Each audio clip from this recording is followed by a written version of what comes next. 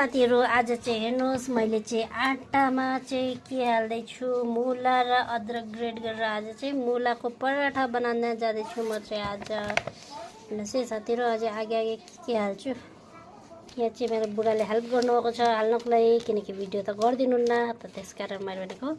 चल हजुरले मसला हाल्दिनु आटा वाटा मिक्सदिनु र बनाएर पनि रेडी गर्दिनु यहाँ चाहिँ अलिकति जिरा हाल्दै हुनुहुन्छ पिसेको जिरा हेर्नुहोस् साथीहरु नमक पनि हाल्दिनु भएको छ हेर्नुहोस् साथीहरु यहाँ चाहिँ धेरै नमक नहाल्दिनु भएको भने चर्को हुन्छ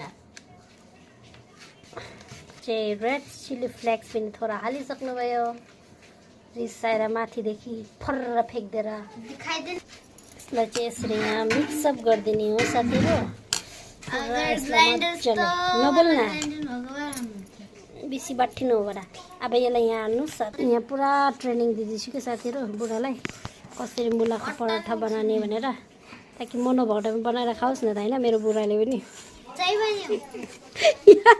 मेरो बुढाको मुख मेरो श्रीमान हुनुहुन्छ हेर्नुस् साथीहरु यहाँ चाहिँ रिसाएर पुरा फुल्लिनु हुन्छ हो यहाँ आटा गुन्नु लगायो भनेर हेर्नु साथीहरु थोड़ा हाल्ने पानी वानी हो आज चाहिँ बुढाको हातको मुलाको पराठा खाने हो साथीहरु कसले बुढाले यस्तो हेल्प गर्नुहुन्छ है खाना पकाउनमा हेर्नु मेरो त पुरा हेल्प गर्नुहुन्छ खाना पनि मिठो पकाउनुहुन्छ यहाँ चाहिँ थोड़ा सा हल्दी पनि हाल्दिनु भएको छ तपाईहरुले हेर्न सक्नुहुन्छ यहाँ चाहिँ मैले प्लास्टिक बिछाएको छु ताकि तल मैला नहोस् भनेर यहाँ चाहिँ गुन्दै हुनुहुन्छ हेर्नुस् यता हेर्नुस् त हेर्नुस् त उक्लक्कै यहाँ चाहिँ हेर्न सक्नुहुन्छ साथीहरु भइसकेको छ पुरा आधा गुन्निसकेको छ आगे हेर्नुस् तेल पनि थोड़ा हाल्नुपर्छ यसमा हेर्नुस् साथीहरु यहाँ चाहिँ पराठाको चाहिँ गोलो गरेर राखिसकेको छ यहाँ चाहिँ मैले आलु काटेको छु र यहाँ चाहिँ मशरुम फार्मको अब फटाफट हेर्नु साथीहरु यहाँ चाहिँ मैले आलु फ्राई गरेको सकेको छु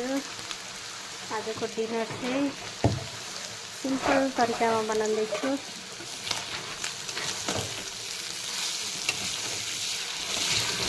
आलु मजाले फ्राई होस् त्यहाँखेरि मसला हाल्नु ओके साथीहरु आजको भिडियो चाहिँ म यही एन्ड गर्दैछु गुड नाइट बाई